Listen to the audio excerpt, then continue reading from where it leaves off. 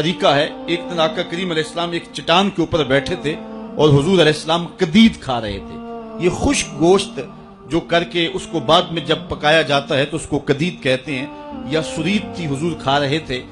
تو ایک خاتون وہ گزری اور اس کے بارے میں اہل علم کہتے ہیں کہ وہ بڑی زبان دراز تھی اور وہ مردوں کو بھی ایسی ایسی باتیں کرتی کہ لوگ جو ہے وہ اس کی شر سے بچا کرتے تھے. تو اس نے کہا کہ آپ تو ایسے کھا رہے ہیں جس طرح کے عبد کھاتے ہیں. تو حضور علیہ السلام نے فرمایا اگر میں عبد نہیں ہوں تو کون عبد ہے؟ فرمایا میں سب سے بڑا عبد ہوں.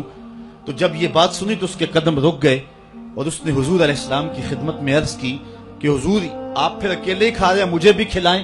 تو حضور نے ایک لقمہ اٹھایا, فرمایا لو تم بھی کھا لو.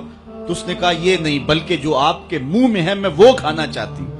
تو حضور علیہ السلام نے اپنے منہ کا نوالا نکال کر کے اس کے منہ میں ڈال دیا. تو کہتے ہیں کہ اس کے بعد کبھی بھی اس کی زبان پر کبھی فحش بات آئی نہیں تھی. حضور کے جھوٹے کی وہ برکت تھی اور اس کا وہ فیضان تھا کہ اس کے اندر ایسی روشنی ہو گئی. پہلے وہ سخت لعان تھی, گالیاں دینے والی تھی اور فحش گفتگو کرنے والی تھی, لیکن حضور علیہ السلام کے جھوٹے کی برکت سے اللہ تعالیٰ جل شانہ نے اس کی زبان کو حسن بھی دے دیا اور جمال بھی عطا فرما دیا. تو حضور علیہ السلام کی عادت تھی کہ آقا کریم زمین پہ بیٹھ کے کھاتے, جھک کے کھاتے, فرماتے میں ایسے کھاتا ہوں جس طرح عبد کھاتے ہیں. وَيَلْبَسُ الْغَلِيظ, اور آقا کریم علیہ السلام موٹے کپڑے پہنتے تھے. باریک ترین کپڑے پہننے سے حضور نے گریز کیا ہے اور یہ علامت تکبر ہے کہ باریک ترین لباس پہنا جائے. تو حضور موٹا لباس پہنتے تھے. وَيَرْكَبُ الْحِمَارَ, اور آقا کریم علیہ السلام دراز گوشت کے اوپر سوار ہوتے تھے. ویسے اگر حضور سے نسبت نہ ہو تو گدھا کہیں گے, اب نسبت میرے رسول سے ہو گئی ہے تو اس کا نام ہی بدل گیا. بلکہ حضور علیہ السلام جس دراز گوشت کے اوپر سوار ہوتے تھے اس کا نام یافور تھا, اور اہل محبت اس کو محبت سے حضرت یافور کہتے ہیں. اور وہ صرف دراز گوش ہی نہیں تھا, حضور کا پیغام رساں بھی تھا. کسی صحابی کو حضور نے بلانا ہوتا تو اس کو کہتے کہ فلاں کو بلا کے لا. وہ جاتا اور جا کے اس کے دروازے کے ساتھ سر مارتا. دستک کی آواز سن کے صحابی باہر نکلتا تو دیکھتا کیا کہ حضرت یافور کھڑے ہیں. وہ سمجھ جاتا مجھے حضور بلا رہے ہیں. جب حضور علیہ السلام کا وصال ہو گیا تو وہ پاگلوں کی طرح مدینے کی گلیوں میں بھاگتا تھا, حتیٰ کہ قبیلہ بنو سلیم کے کنویں میں چھلانگ لگا کے اپنا خاتمہ کر لیتا ہے. جب حضور اس دنیا سے کوچ کر گئے ہیں تو ہم نے جی کے کیا لینا ہے. تو وہ دراز گوش آقا کریم اس کے اوپر سواری کر لیتے تھے. بلکہ خیبر کے دن یہ یہودیوں کے ساتھ مقابلے کا دن تھا, لیکن اس اہم دن حضور علیہ السلام جس دراز گوشت کے اوپر سوار تھے اس کی جو نکیل تھی وہ کھجور کی رسی کی تھی اور کھجور کی چٹائی اس کے اوپر ڈالی ہوئی تھی. تو آقا کریم علیہ السلام اس بات میں کوئی باک اور کوئی شرمندگی محسوس نہیں کیا کرتے تھے. میں ایک دن ایک راستے میں کھڑا تھا کہ کوئی شخص مجھے دیکھ کر کے رکا, اپنی گاڑی پہ بٹھا لیا اور اس نے 5-6 مرتبہ مجھے کہا جی وہ بس آج میں بڑی گاڑی نہیں لا سکا, بس جلدی میں یہ چھوٹی گاڑی لے کر کے آیا ہوں. اسے بار بار شرمندگی ہو رہی تھی کہ یہ میری گاڑی چھوٹی ہے, لیکن ذرا دیکھیے جب انسان کے اندر فطرتاً چھوٹا پن نہ ہو اور وہ احساس کمتری کا شکار نہ ہو تو اس کے اندر یہ چیزیں نہیں ہوا کرتی تھی. حضور علیہ السلام دراز گوشت کے اوپر سوار بھی ہوتے تھے اور کسی کو اپنا ردیف بھی بنا لیتے, اور لازمی نہیں کہ کسی کو ردیف بنانے کے لیے حضور کسی عالی نسب شخص کا انتخاب کرتے, بلکہ غلاموں کو, لاچاروں کو اور انتہائی مسکین لوگوں کو حضور علیہ السلام اپنا ردیف بنایا کرتے تھے. بلکہ فتح مکہ کے دن, یہ اسلام کی عظمت کا اعلان کرنے کا دن ہے, اس دن حضور علیہ السلام کا ردیف کون تھا جو اتنا زیادہ عمر نہیں رکھتا تھا اور حضور کے پیچھے بیٹھے خوشی سے جھومنا چاہتا تھا, اور آقا کریم علیہ السلام کا سر انور یوں جھکا ہوا تھا کہ حضور علیہ السلام کے امامے کا کور جو ہے وہ اونٹنی کی کوہان کے ساتھ لگی ہوئی لکڑی کے ساتھ لگ رہا تھا, اور اس انداز سے حضور مکے میں داخل ہو رہے تھے. اور حضور کا اس دن ردیف, حضور کے ساتھ اس اہم دن سوار کون تھا تو تاریخ کے اندر جواب ملے گا, وہ اسامہ بن زید تھا. حضور کا منہ بولا بیٹا حضرت زید بن حارثہ کا فرزند, جو حضرت ام ایمن کا بیٹا بھی ہے اور حضرت زید بن حارثہ کا بیٹا بھی ہے. رنگ سانولا ہے, ناک چپٹی ہے, حبشی نیاد ہے, لیکن آقا کریم علیہ الصلوۃ والسلام اس دن اس غلام زادے کو اپنی پشت پہ بٹھائے ہوئے ہیں، بلکہ تاریخ کے یہ اوراق بھی ہمارے سامنے ہیں۔ حضرت حسن رضی اللہ تعالی عنہ حضور کے ایک زانو پہ کھیلتے تھے تو دوسرے زانو پہ حضرت اسامہ بن زید کھیلتے تھے، بلکہ حضور علیہ السلام ایک کندھے پہ حضرت امام حسن کو اٹھاتے ہیں تو دوسرے کندھے پہ حضرت اسامہ کو اٹھاتے ہیں۔ حضرت سید عائشہ رضی اللہ تعالیٰ عنہ فرماتی ہیں، ایک دن حضرت اسامہ رضی اللہ تعالیٰ عنہ کی ناک بہ رہی تھی، میں نے دیکھا کہ حضور علیہ السلام آگے بڑھے کہ میں اسامہ کی ناک صاف کر دوں، غلام زادے کی ناک صاف کر دوں، تو میں نے عرض کی حضور آپ رہنے دیں، میں صاف کر دیتی ہوں۔ تو حضور نے فرمایا، اے عائشہ، اسامہ سے میں بھی پیار کرتا ہوں، اسامہ سے تو بھی پیار کیا کر۔ غلام زادوں کے ساتھ محبتوں کا یہ عالم اور اس انداز کے ساتھ پیار کا یہ روپ، یہ حضور علیہ السلام نے ہی سکھایا ہے اور یہ حضور کی زندگی کا ہی روپ ہے۔ حضرت حسن فرماتے ہیں، وَيَرْكَبُ الْحِمَارُ وَيَرْدِفُ خَلْفَهُ وَيَلَاقُ يَدَهُ، اپنے پیچھے حضور کسی شخص کو بھی سوار کیا کرتے تھے اور پھر حضور کھانے کے بعد اپنی انگلیاں بھی چاٹ لیا کرتے تھے اور اس میں کچھ شرم محسوس نہیں فرمایا کرتے تھے۔ یہ حضور کی سیرت کے پہلو ہیں جو بڑے نمایاں ہو کے ہمارے سامنے آتے ہیں۔ حضور نبی رحمت صلی اللہ علیہ وسلم کی سیرت کا رنگ بیان کرتے ہوئے حضرت انس رضی اللہ تعالیٰ عنہ بیان فرماتے ہیں، کان رسول اللہ صلی اللہ علیہ وسلم احسن الناس و اجود الناس و اشجع الناس، کہتے ہیں حضور کائنات میں صورت اور سیرت کے اعتبار سے سب سے حسین تھے، حضور علیہ السلام سب سے زیادہ سخی تھے اور حضور علیہ السلام سب سے زیادہ بہادر تھے۔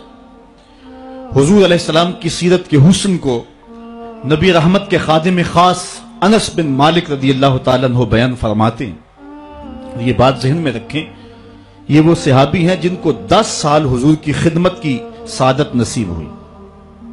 8 سال کی عمر تھی کہ جب حضور مدینے میں تشریف لائے تو حضرت ام سلیم جو حضرت انس کی والدہ ہیں حضور کی خدمت میں پیش کر گئے، حضور یہ بیٹا ہے، گھر کا کام کاج کیا کرے گا، ضرورت پڑے تو اس کو کہیں بھیج لیا کرنا، یہ آپ کی نوکری کیا کرے گا۔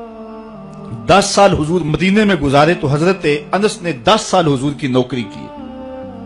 کہتے ہیں خدمت النبی صلی اللہ علیہ وسلم 10 سنین، میں نے پورے 10 سال حضور کی نوکری کی ہے۔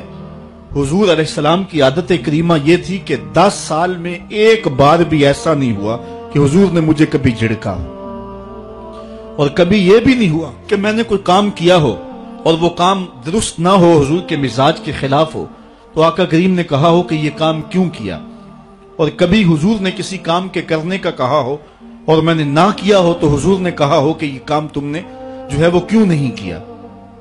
حضور کبھی انس کہتے تھے، کبھی انیس کہتے تھے۔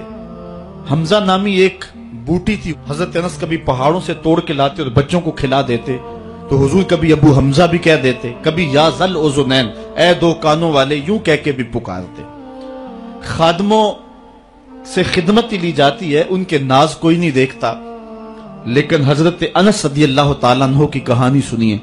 فرماتے میں بالکل بچہ تھا، ایک دن حضور نے مجھے کسی کام کے لیے بھیجنا چاہا اور فرمایا انس فلاں جگہ جاؤ، تو میں دل میں پکا ارادہ کیا کہ میں ضرور جاؤں گا، لیکن میں نے لاٹ سے کہا کہ میں نہیں جاؤں گا، لیکن دل میں عزم یہ تھا کہ میں ضرور جاؤں گا۔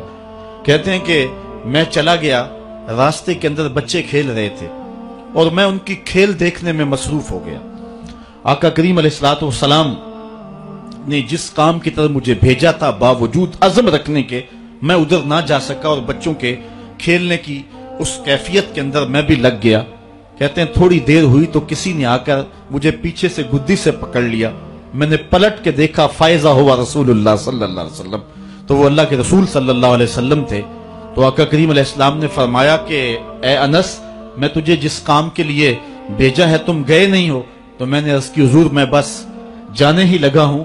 تو اس طرح سے غلام ہو کر بھی حضور کے ساتھ یوں لاڈ اور ادائیں کر لیا کرتے تھے۔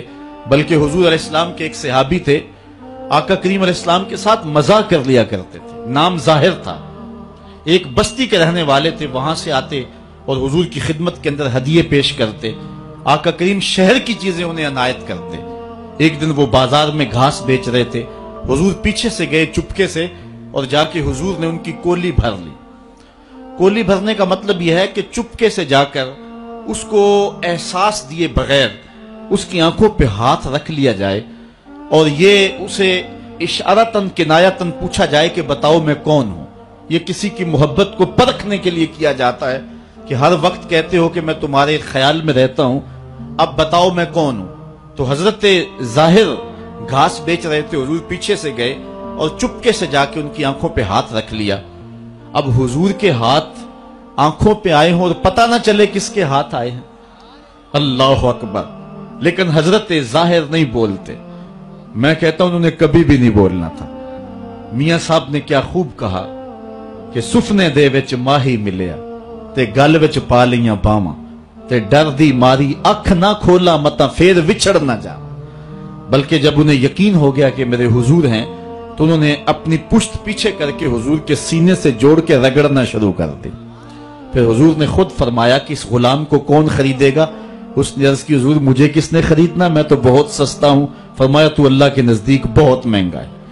اس طرح ایک اور صحابی کے بارے میں آتا ہے کہ وہ حضور سے مزاح کر لیا کرتا تھا، آقا کریم علیہ السلام کے لیے مختلف تحائف لا کے پیش کرتا۔ وہ گھی یا کوئی تیل یا بازار سے منڈی سے کوئی نیا پھل آتا تو خرید کے حضور کی خدمت میں پیش کر دیتا۔ آقا کریم اس تحفے کو قبول فرما لیتے، خود بھی کھاتے، صحابہ کو کھلاتے، اس کو دعا دیتے۔ 2-4 دن کے بعد جس سے سودا لیا ہوتا، ادھار لیا ہوتا، وہ پیسے مانگتا، بازو سے پکڑ کے حضور کی خدمت میں لے آتا۔ حضور یہ پرسوں ترسوں آپ نے وہ چیز نہیں کھائی تھی، وہ پھل نہیں استعمال فرمایا تھا، یہ اس کی قیمت مانگ رہا ہے۔ حضور فرماتے تو نے مجھے تحفہ نہیں دیا؟ عرض کرتا غریب آدمی ہوں، تحفہ کیسے دے سکتا ہوں، میں نے سوچا سب سے پہلے حضور ہی کھائیں گے۔ تو حضور قیمت بھی ادا کر دیتے اور خوش بھی ہوتے اور دعائیں بھی دیتے۔ تو یہ حضور کا انداز کرم ہے۔ حضرت ابو ہریرہ فرماتے ہیں کہ حضور ہم سے کھیل کود کر لیا کرتے تھے۔ میں نے ایک دن کہا یا رسول اللہ انکا تداعبنا، آپ ہم سے کھیل کود کر لیتے ہیں؟ تو حضور نے فرمایا کہ میں کھیل کود کے اندر بھی سوائے حق کے علاوہ کچھ نہیں کہتا۔ میں تم سے مزاح بھی کر رہا ہوتا ہوں، میری زبان پر حق اور صداقت ہی جاری رہتی ہے۔ یہ حضور کا انداز کرم تھا۔ علماء نے اس بات کو لکھا ہے، اگر حضور کی طبع کے اندر یہ شگفتگی نہ ہوتی، حضور کی طبیعت کے اندر، مزاج کے اندر یہ شگفتگی نہ ہوتی، حضور تبسم کرنے والے نہ ہوتے، کوئی بندہ حضور علیہ السلام کو دیکھنے کی تاب ہی نہ رکھتا اور حضور سے اخذ فیض ہی نہ ہو سکتا۔ آقا کریم علیہ السلام کے سامنے کوئی ٹھہر ہی نہ سکتا، جو تھا نبوی جلال اس کی کوئی تاب نہ لا سکتا۔ اس لیے حضور علیہ السلام جب تنہا ہوتے تو حضور کے اوپر رکت طاری ہوتی، اور جب صحابہ کے سامنے ہوتے تو حضرت عائشہ فرماتی ہیں میں نے حضور سے زیادہ مسکرانے والا شخص زمانے میں دیکھا ہی نہیں۔ کثرت کے ساتھ حضور علیہ السلام مسکرایا کرتے تھے